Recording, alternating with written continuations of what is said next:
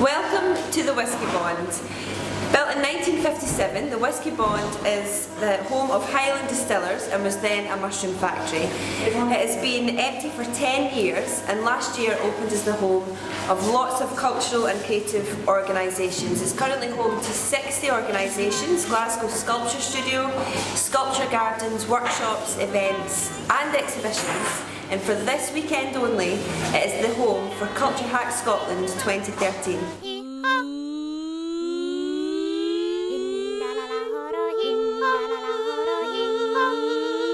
Welcome to Culture Hack. So what is Culture Hack? We've got over 80 people in this space today, all set for a fast-paced, highly creative event. Their challenge is to make innovative cultural related projects in under 48 hours. So the people we've got in this room, we've got designers, web developers, producers, artists, and their challenge is to make innovative projects with cultural data.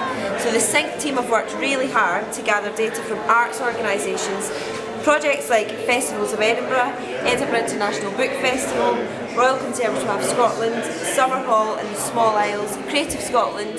All these organisations have opened up their data so that the people here can make stuff.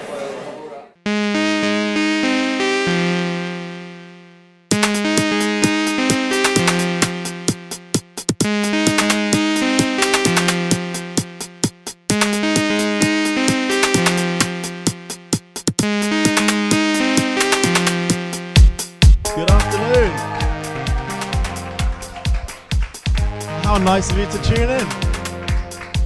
Welcome to Live&Hacking.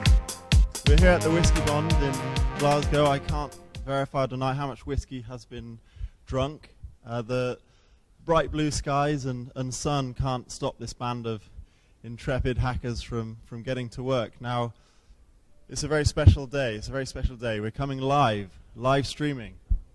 And we've invited today to talk to us the man behind the scheme, that is Culture Hack Scotland. Now, Rowan, I'm going to ask you a few little questions about what this means for the country and for the world. I mean, it's an important moment, and I guess we'll start with, what's your favourite colour? I'd say maybe turquoise. Turquoise, excellent. And how would you say that turquoise represents your ambitions for Culture Hack Scotland? I'm not quite sure how to answer. Okay, well, let's rewind. We'll rewind. First of all, I think it's important that we find out what Culture Hack Scotland is. Sure, well, quite simply, Culture Hack Scotland is a 48-hour event in which we invite web developers, designers, technologists of all sorts, and designers of all sorts, together with artists, producers, people who work in the arts, and invite them to work together and make new exciting projects in just 48 hours. Only 48 hours. And have you had a little stroll around? What have you seen happening so far today? It's been just from the get-go on Friday night, it's been an amazing sort of outpouring of making and things. We've got everything from mobile games based on poetry to physical installations which connect things like a physical object like a bicycle up with the web. We have things which are very technical that involve data and sorting out data, and we have visualizations. We have all sorts of things that represent the breadth of what can happen when technology and the arts really get on together. So you mentioned technology and the arts, and it would be interesting to hear how you think Culture Hack Scotland is making a case for that marriage between technology and the arts. How are you pushing things forwards?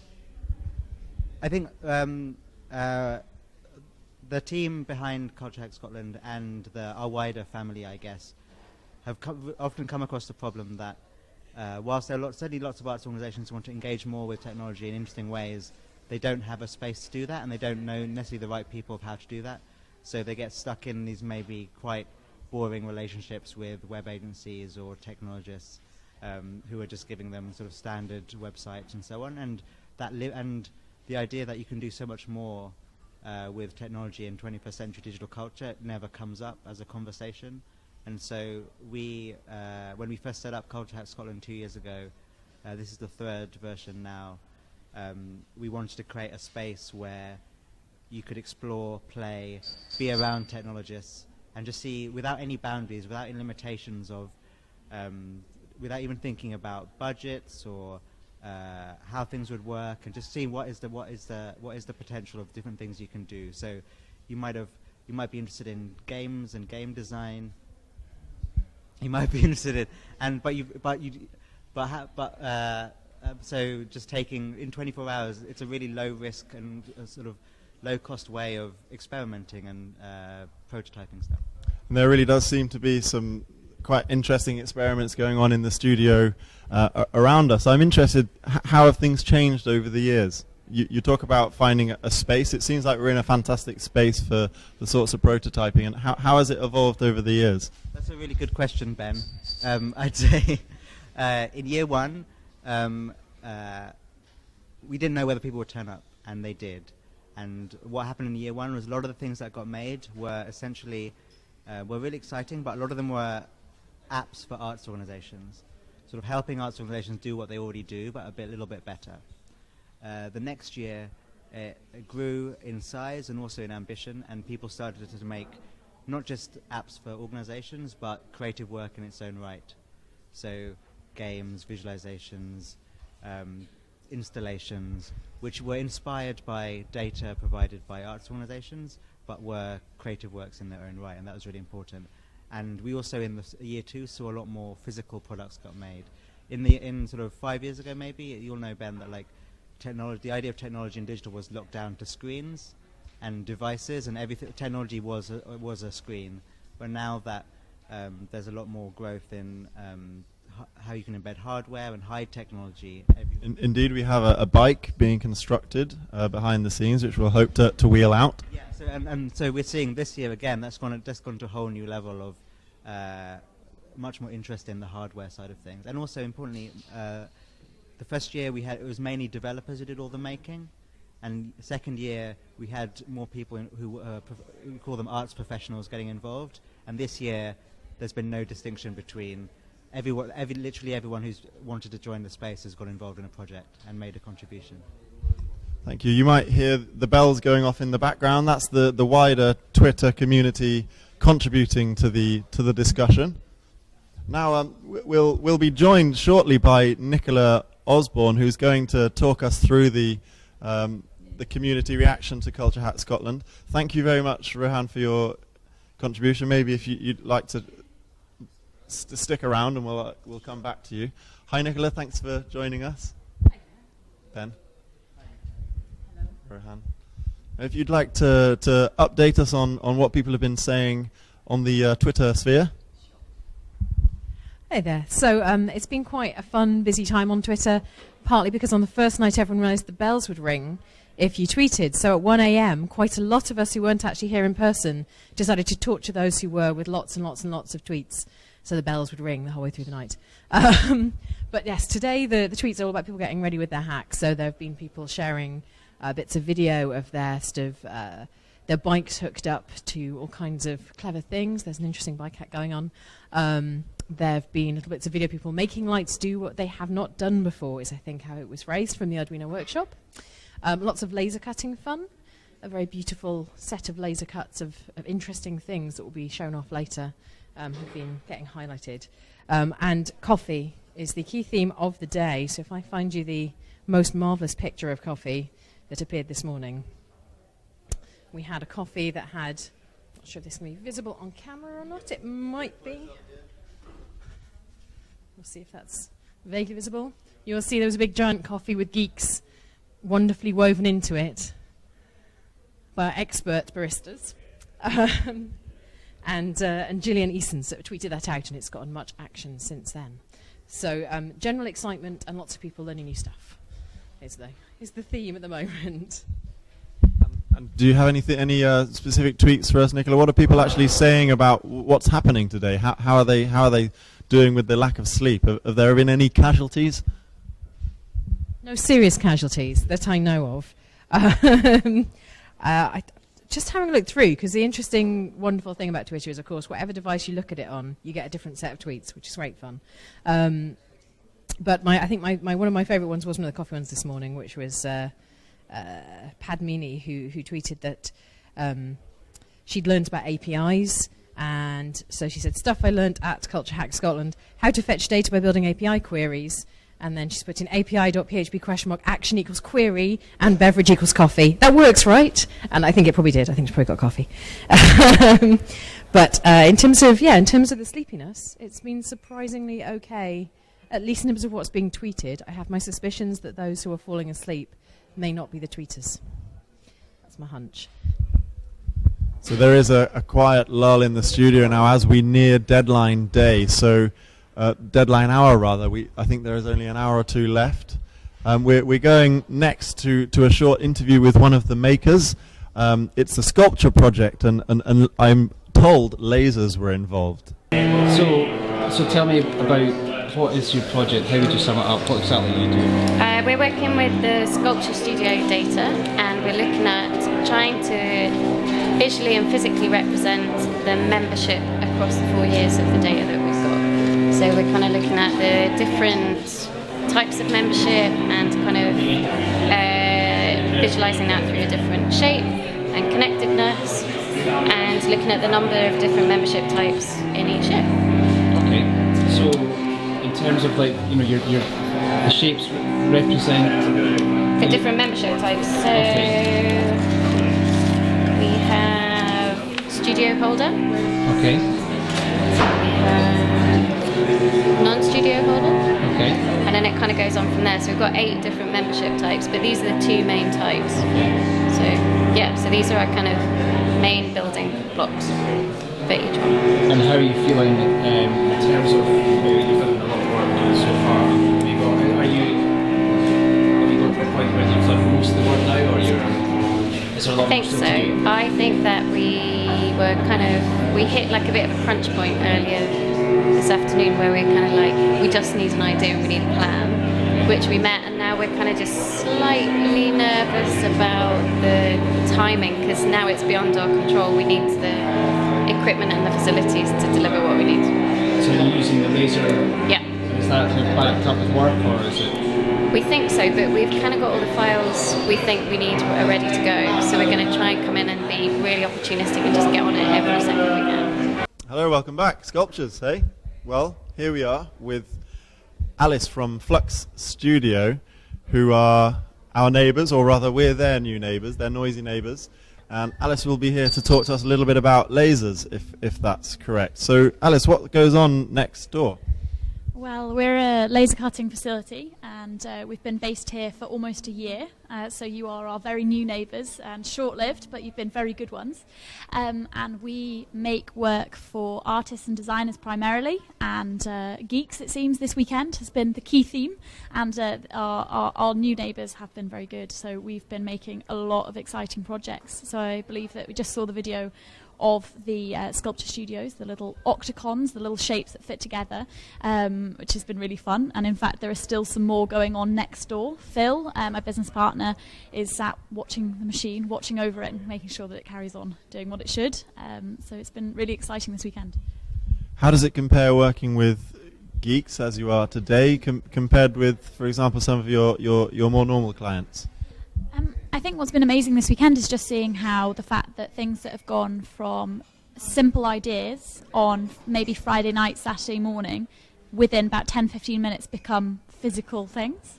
I think that it's normally we see people come in to talk to us and we don't see them for 3 months whilst they go away and think through projects. But this has been really good fun, just literally like breakneck speed, going from initial drawings on the back of a post-it to finished products. Well, finished prototypes, at least very, very quickly. So that's been really good, cutting out that time and everyone being here for really intense periods of time. I think that's really exciting, and I think that a lot of these ideas could develop into something that is totally workable. And, you know, these are already working objects already, so things can only get better, really.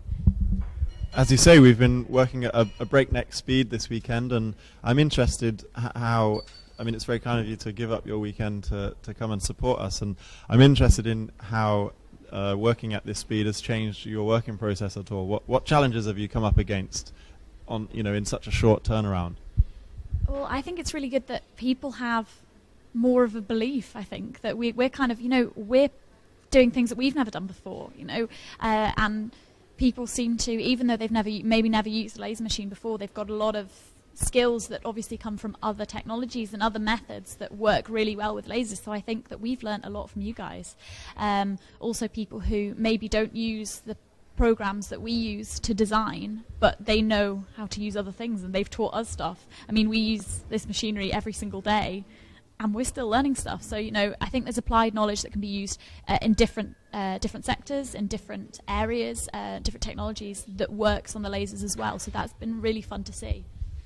So I think that spirit of collaboration really is the theme for the day, and there is a hum of industry going on in the studio as we speak. So I suppose we'll move on to our next feature. Rich Quick, his real name, will be joining us. Thank you, Alice, if you'd like to hang around for a second. If you'd like to come and join us on the couch, Rich, we're going to be talking about blind data. Hi, thanks for joining us. Now, blind data, can you fill me in? Yeah, sure. So it's an idea that Phil Legater had. So he wanted to take all the data in all the different data sets. So we've got a bunch of different data from different people. Put it all together, firstly, with like a uniform API around it so that everybody could get to it in the same way. If you could maybe just let us know what an API is. Yeah, sure. So an API is to another computer system and get certain bits of information out. So, like as a human being, you go on Twitter and you type some stuff in on your iPhone or your computer. It's a way that you can get access to that data. So you and your team have been making it easier for the different groups here to access the various data streams that have been made available for Culture Hack Scotland. Exactly. And how has that been going? So that side of things is going well, and I think that's pretty much done now. And then, as well as that, we've done this thing called blind data, which is basically allowing people to connect different bits of data, and then we're starting to do some work on allowing them to visualize it, so like a kind of network graph between them. So the idea is that, like in the real world, you might sort of say, okay, this person needs to speak to this person.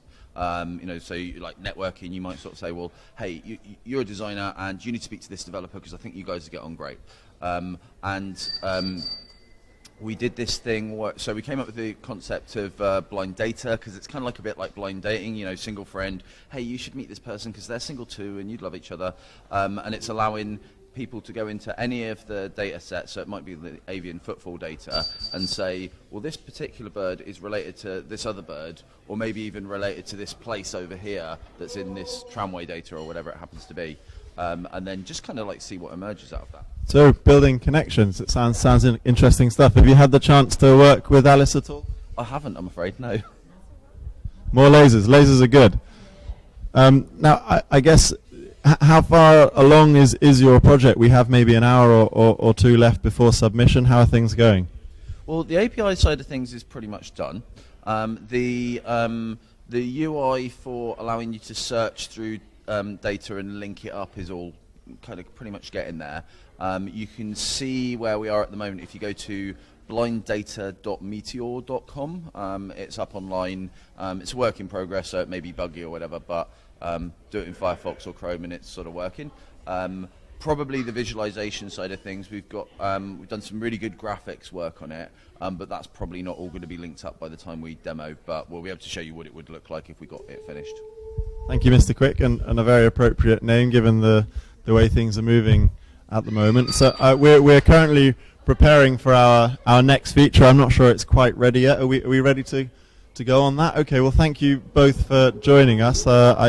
If you could maybe make space on the couch for the next project, which is a high five machine. We'll be hearing from the makers with their creation in the studio. I'm Sid Lawrence from Twilio, and we make awesome And what is this? Just in a nutshell. So this is an internet high five machine. So I work remotely, and my other colleagues and I we often send high five gifts to each other. So I wanted to make a way that we could actually high five each other. Now it's very much a work in progress, So what would happen is you have a big red button that you push, which then both of you have one of these at your houses. Now, okay, that kind of worked. When it goes back, you know that there's a high five coming. Okay, it's got a bit weird, but and then you know that you can go and high five it. So what actually happens when I push a button is that then goes off to my server, and then it sends to all connected devices. I'm calling this a device, sure, why not? To do a high five. How far into the project now? How many hours have you been working on it? So it's 8 o'clock now. 8 hours? And how are you feeling in terms of... Oh, I mean, we've got like maybe an hour left. Really? Depends. Yeah, I mean, it's pretty much finished. Brilliant. We need to make, I mean, the second one is just a case of putting the cables how we've got them here, and the other one's being printed at the moment, laser cutted. Yeah. So, and the code is already written, so it's just a case of doing that, and then I guess we could just polish it for hours and days. Yeah. Whether or not we will is yet to be decided. Okay. It kind of works. I go like this. What? This is ridiculous. So there's a few bugs, but it kind of works. So it's an early finish for you then? Yeah, so my plan for tomorrow is to go around and help anyone else who needs any help. Hello and welcome back. So here we are with a rather curious invention called the high five machine, if that's correct. And we're joined by Russell and I'm Sid. Thanks for joining us, gents. If you could maybe talk us through very briefly what's going on here in the chair. So we've got a hand here that is a laser printed hand, and it's all hooked up to an Arduino with then a button to do a high five. And what's going to happen is we've already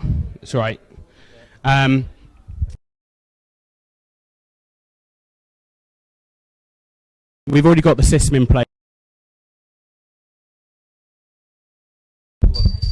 The problem is that Sid here works with a lot of people who are in different places to him, and upon some glorious success, he just can't high five them.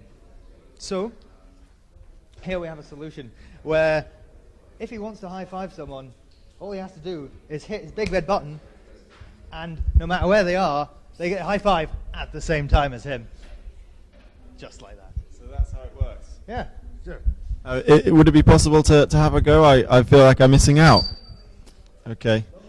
So here I am working at my solitary office from home.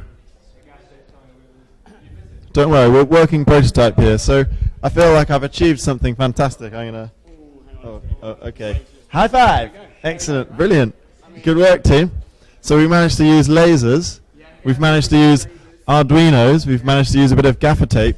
So can you talk us through maybe how you see this being used beyond your own bedroom? Well, I mean, it is going to be used in my office and in my colleague's office. It's something that we've been talking about for a while. At the moment, we just send high five gifts, but now we can actually send a real high five. And I know we've only got one demoing at the moment because the other hand is being printed, laser cut, but we've already got it working so that it works across multiple machines via the internet. What actually happens is when you press the button, the big red button, that goes up to the internet, and then it sends a message down to all of the connected devices or the other hands to then tell them to do a high five. So it's not just pressing that which is doing that. Pressing that is actually then going up online, coming down, and then doing this. So it's quite a complex web of interactions there, and I guess for me it seems to encapsulate maybe the movement towards a more of a blended experience in terms of technology and the physical world and real life. So could you maybe reflect on where you think that's going over the next year or two? Well, there's lots of people doing Internet of Things, and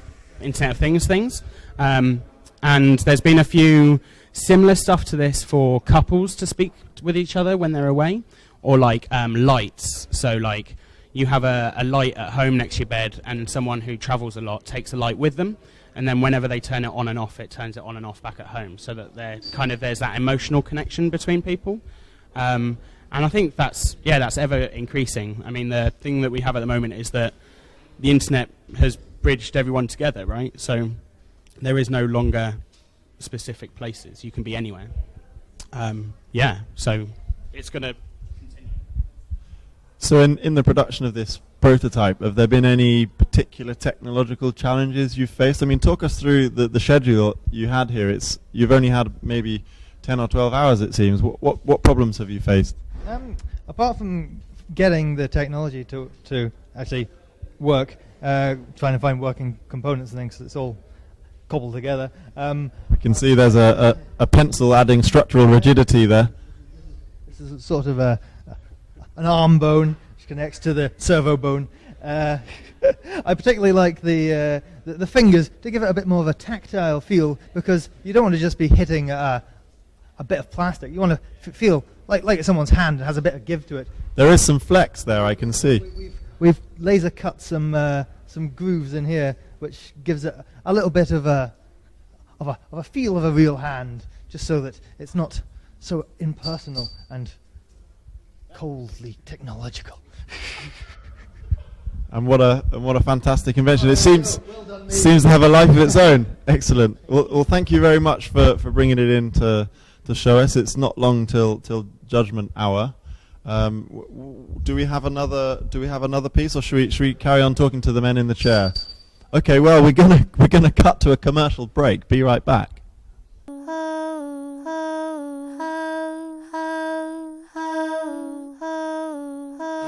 Welcome to the Whiskey Bond.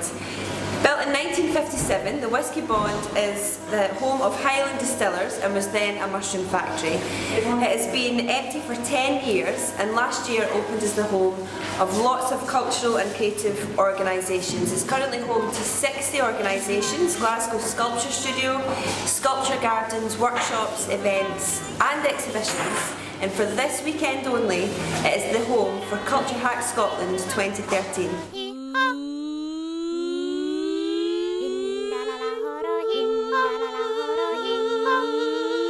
Welcome to Culture Hack. So what is Culture Hack? We've got over 80 people in this space today, all set for a fast-paced, highly creative event.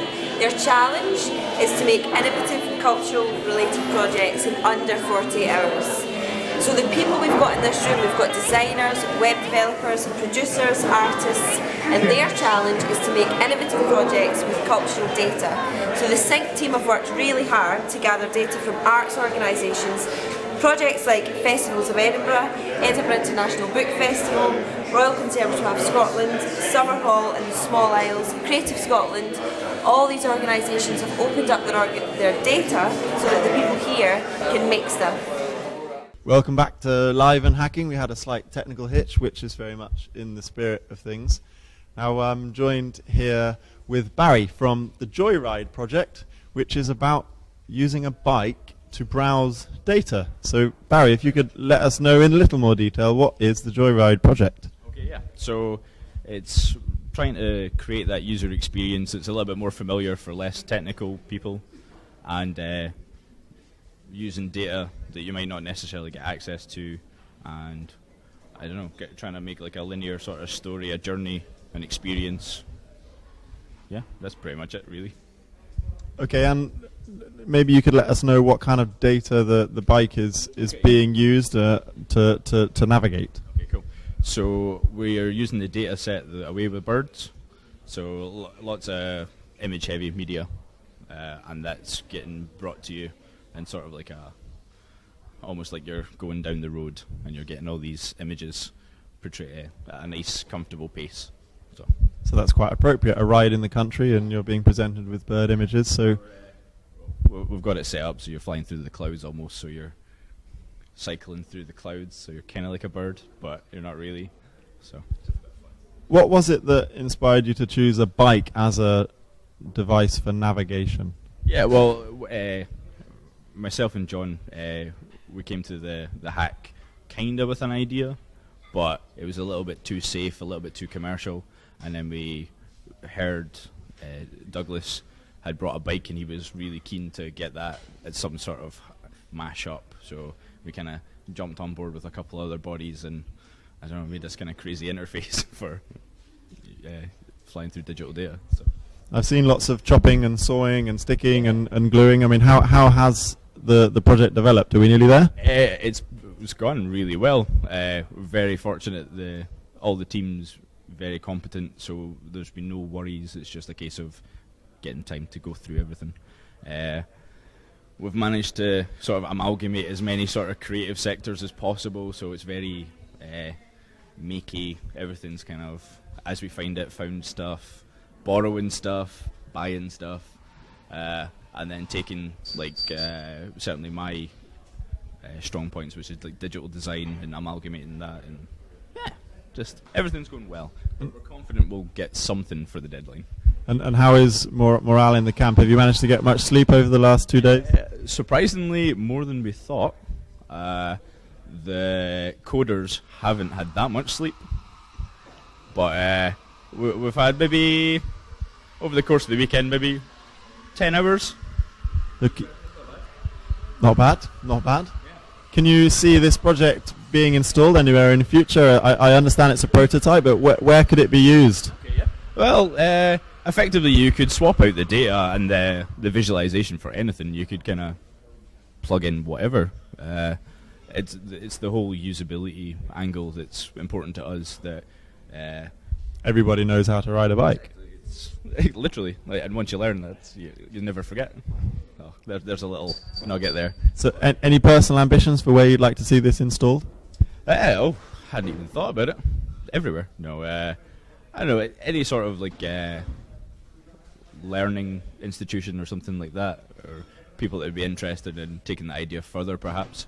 I think if we could have done anything extra this weekend, maybe team up with some of the game developers in an Oculus Rift, I think we could take it even further than that. So.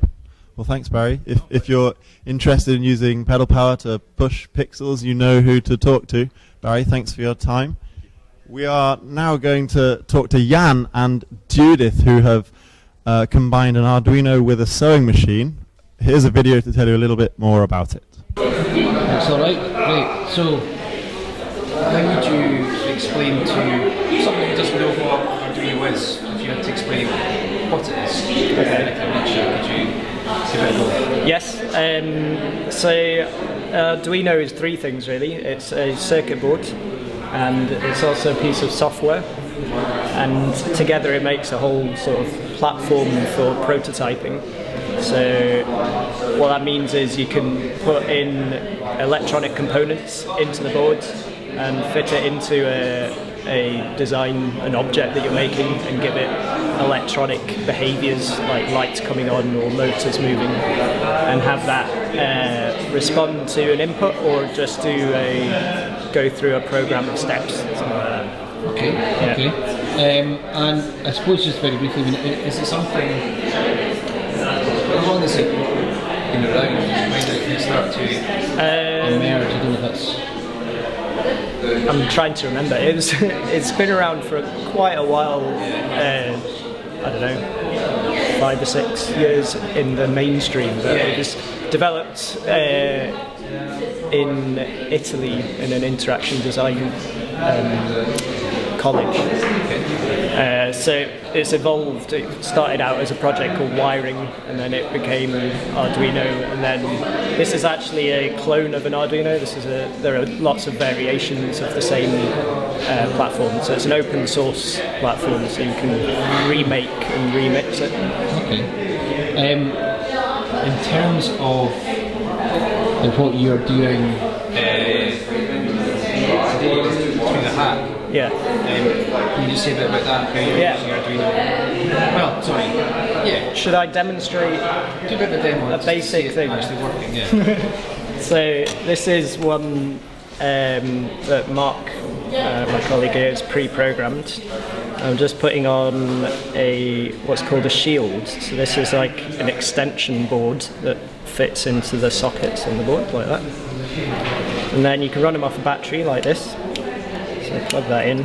So the way it works is you write your code and then upload it via USB to the chip on the board, and then you can disconnect the board and it will do its own thing. So in this case, it's just putting up a message on this LCD display that says soldering at the Whiskey Bond. He spelt whiskey in the American way, which I don't agree with. So that's a very basic sort of demo. So how we're using it in this project is we're using it to control this sewing machine.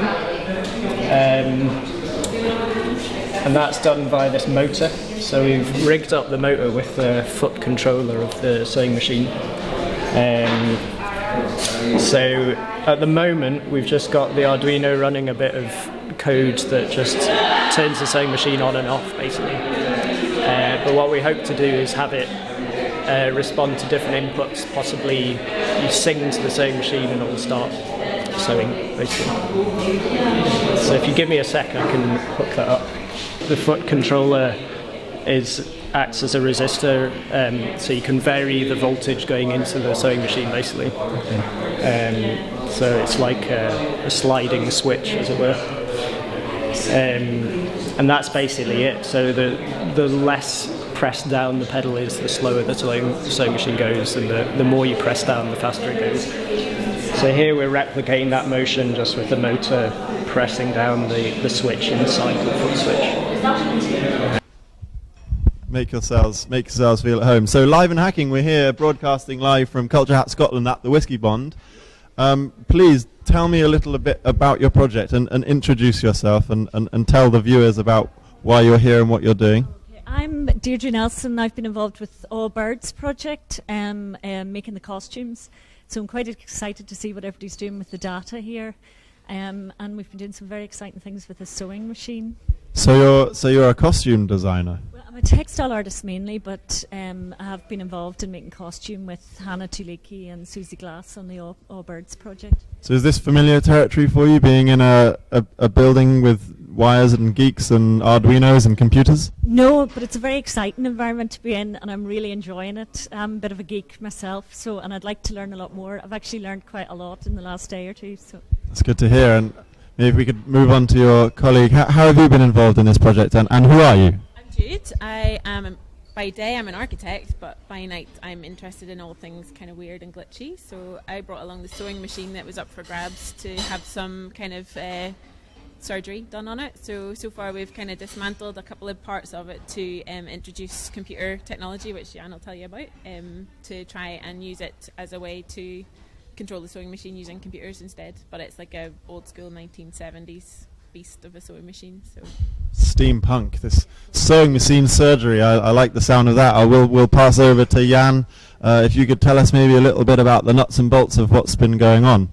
I'm a part of a small team that's been working on the Arduino stuff, but I'm the only one who's right here, so I've been grabbed, and now I'm representing everyone. There's an Arduino with loads of motors and fun things that have been hacked into the sewing machine itself to control it without human input. Well, at least with not total human input, because what we've actually ended up doing is making it so that you have to sing in order to sew. If you keep on singing, then the sewing machine will keep on sewing. We're reeling off the alliteration here. That sounds very exciting. We call it the sing and sew. Yeah. Excellent. If maybe for the less literate among us, could we maybe briefly summarize what an Arduino is? We may know what a sewing machine is, but let's talk briefly on an Arduino. An Arduino is basically just a tiny, cheap computer. So that means you can put stuff into it, or you can get stuff out of it, and that's pretty much it. There's not much. You don't need to worry about it beyond that. You can use it with motors, or you can use it with projectors or sensors or anything you want, or indeed your voice. In this case, my voice. Although it's the voice is actually going through my computer this time, so we had to use a bit of extra technology just to make it easy for ourselves. But we're putting it through my computer, and then the Arduino is actually got some motors attached to it, which then control the sewing machine. So, from your point of view, how do you see this as a project? What excites you about using singing as an input and the sewing as an output? Well, I suppose I was thinking of ways that we could actually involve Hannah Tuliki, who's the singer, singer and composer on the project All Birds. So thought it would be fantastic if she could be involved in creating her own, or triggering off the sewing machine to create some of her own costume. And there's part of the costume we're developing, which is panels that will go inside of sleeves for the final performance. And I thought this could be a way that we could experiment with that. So maybe we create textured surfaces that could go onto the costume. So it's, I suppose in some ways it's going full circle from the data right back to physical, real life costume at the end of the day. Excellent. And how does it feel having your sewing machine hacked to pieces? It's really exciting, yeah. I think whenever the weekend's over, we're going to continue to potter with it and try and get our other parts of the robot to work so that we can be in full control of the machine. So lots of late nights coming up, I would say. Have there been many late nights for you and the team over the course of the weekend? Not for me. I believe in sleep. Yeah, I don't fly the flag for staying up all night. Yeah. That sounds sensible. Have you had any late nights over here? No, I haven't. I believe in sleep as well. So yeah, but I did wake up quite excited this morning about coming back. Well, thank you for joining us on the couch. We're going to have a little shout out, of course, please, if you'd like to do so. We have a fourth team member who is currently teaching in the Arduino workshop, so a big massive thank you to Roy for all the hard work he did so far on making it. Look forward to seeing the performance, if that's the appropriate word. So thank you very much for your contribution. We're now going to move on to something which involves the Oculus Rift. If you haven't heard of that, it's a virtual reality headset. And if I could just see the card, and thank you. And are we going to play a video of that? Okay, we're going to move to the video of the Oculus Rift. So thanks again. My name is Stephen Walsh, and I'm co-producing Culture Hack with Susie and Rohan and Emmy, Chris, and Aaron. Basically, we work as a team kind of in the cultural sector. I'm technically here as a host, but I decided to get involved with one of the hacks. We're building a kind of interactive game that is going to be used with the Oculus Rift, which is a VR headset. Okay, and this is using the Birdsong data? That's right. Both Birdsong data sets were using the footfall, which has become called the footfall data, even though they're birds. So it's basically the presence or the sightings of birds on the different small isles, and whether they live there permanently, whether they're a winter visitor or a summer visitor, the pattern of sightings. Right, and is there data for the actual songs as well? Exactly. So there's quite a lot of information in the Away with the Bird set, which is there's audio and video. Yeah. And the audio comes in field recordings from the islands, as well as performances from Hannah Tuliki's piece, Birdsong. I've got an audio file that'll be used around the shores. Okay. So there's kind of seaside noises and seaside birds. Yeah. So when you get near the shore, you'll start to hear that. And there's also like a cow lowing. So maybe we'll have to. Is this on the original stuff, or is this stuff that you? No. This is all. This is all in the files. That's why I've just extracted the audio and put it inside the game. And it just gets triggered when you get near the shore. And so if you go away from the shore, you'll stop hearing it.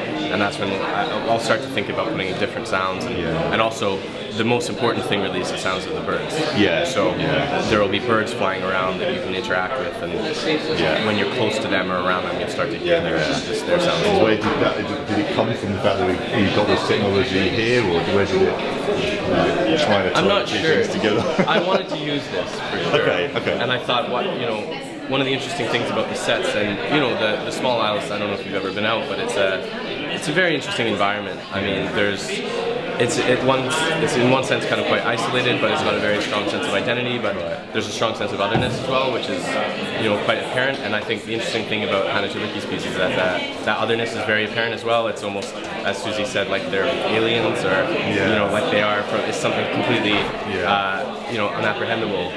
And it's got that very distant, very kind of almost challenging or difficult to process quality to it. So I thought taking something very personal like the Oculus Rift, where you're in an environment and very viscerally interacting with it, mixing that with the sounds of this kind of very ethereal kinds of music or things like that would be an interesting way to interact with that, because there's a strong sense of place, I think, with the bird song. It's pretty. You very quickly kind of feel like you're very much within the world, and yeah, it's quite sort of spookily kind of. You obviously it's it's a computer game and it's computer generated, but it's just the 3Dness and the fact that you can move your head and you can actually manipulate it in that way. It feels very kind of convincing. So I wouldn't want to spend too long in it, otherwise I might play with my sense of reality a bit. But yeah, very good. Okay, that's some interesting insights there. Thank you for that, Mr. Penguin. We're going to keep on the theme of birds and go back to the Twitter sphere with Nicola. Would you like to update us then on how things have been going out there? Sure. So the big news in the last 45 minutes has largely been the live stream of this. Live&Hacking is huge. So in addition to apparently about 130 people watching online, which is quite exciting, we've had people not only watching this on their way to see the show and tell, because later on everyone's going to be showing off their project. So people are en route and watching it on their phone, on the train, that sort of thing. But we've also had Hugh Wallace from the National Museum of Scotland, who contributed some data in the first year of Culture Hack, who's watching it from hundreds of miles away, apparently. So, hi Hugh. So that's been kind of the biggest news on Twitter in the last hour, but also updates from the various different workshops taking place. So I believe over in the games workshop, Amy Dale, I think, reports that they are pitching a game set in sunny Glasgow where people take their tops off and get sunburned, which sounds awesome. So I'm looking forward to hearing how the other workshops have gone as well later on. Okay, great, Nicola. Thank you. I mean, it's been a busy afternoon. I suppose the Twitter sphere is quietening down now as there's lunches being served. We're an hour away, I think, from the deadline. We've heard about sewing machines that you need to control with your voice, bikes that you use to navigate data. We've even experienced the high five machine. There's a collection of even more weird and wonderful objects about to be wheeled out in front of the judges. Thank you for watching. This has been Live&Hacking. Thank you, Nicola, for updating us on the Twitter sphere. And thanks to the technical team for making this possible. Thank you for watching. Goodbye from Live&Hacking.